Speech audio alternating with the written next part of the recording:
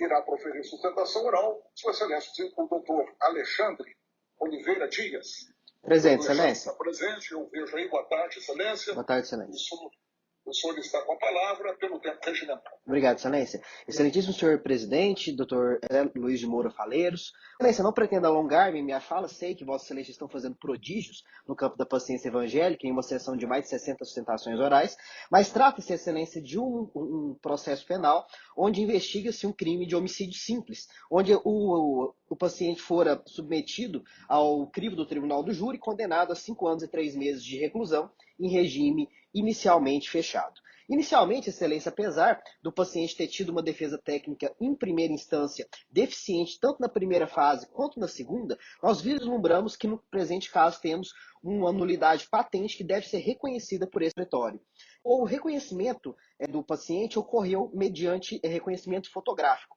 Apesar de já ser superado nos julgados a questão do reconhecimento fotográfico, o STJ e o STF, principalmente no HC 157007, já tem entendido pela sua ilegalidade. E nós temos um agravante nesse caso. O escrivão responsável pelo reconhecimento do paciente, ele já foi condenado por crimes violentos e também por crime de corrupção, o que torna ainda mais complicada a situação do reconhecimento fotográfico. Vislumbramos, Excelência, que no processo 047-1606, dígito 84 de 2017, e o 0471-628, dígito 82, também de 2017, na comarca de Uberlândia, o oficial civil, escrivão responsável pela condução desse procedimento, foi condenado por diversas vezes, tanto por crime violento, roubos, foram condenados por corrupção, associação criminosa e também organização criminosa. Nesse fato, solicitamos que seja visto com reservas o reconhecimento fotográfico do paciente. Ademais, nós temos, Excelência, que a vítima, no plenário do Tribunal do Júri, não reconheceu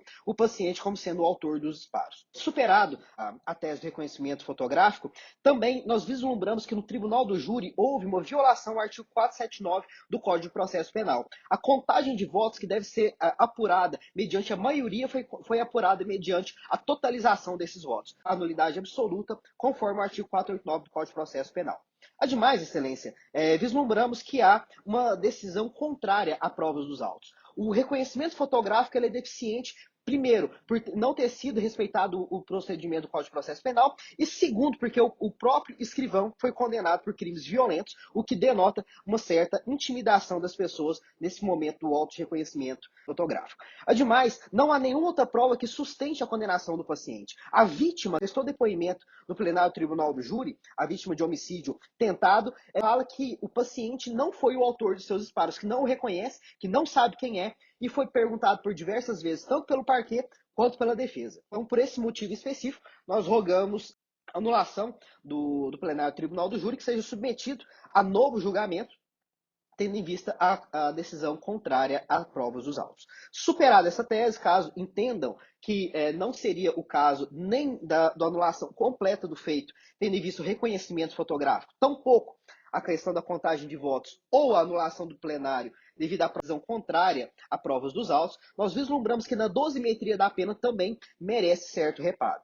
Nós vislumbramos, Excelência, que o paciente é nascido em 4/3/91. O delito teria ocorrido em 30/12/2010. Portanto, contava com 19 anos de idade, contava com menoridade relativa, sendo que essa causa não foi levada em consideração pelo juízo de piso. Ademais, nós vislumbramos que a reincidência ela foi apurada tanto na fase intermediária como na primeira fase, ocorrendo o famoso bis in idem.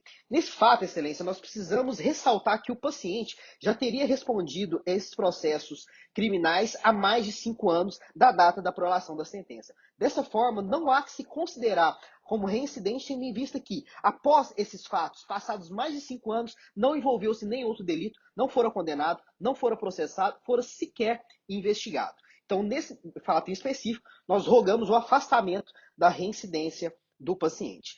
Conforme as nossas razões de apelação, entendemos que houve um marco interruptivo entre a pronúncia sendo 2/9/2013 e a sentença em 8/6/2022, perpassando mais de 8 anos e, portanto, seguindo a nossa sugestão de dosimetria da pena, teria ocorrido a prescrição pelo marco interruptivo superior a 8 anos. E é como peço, Excelências.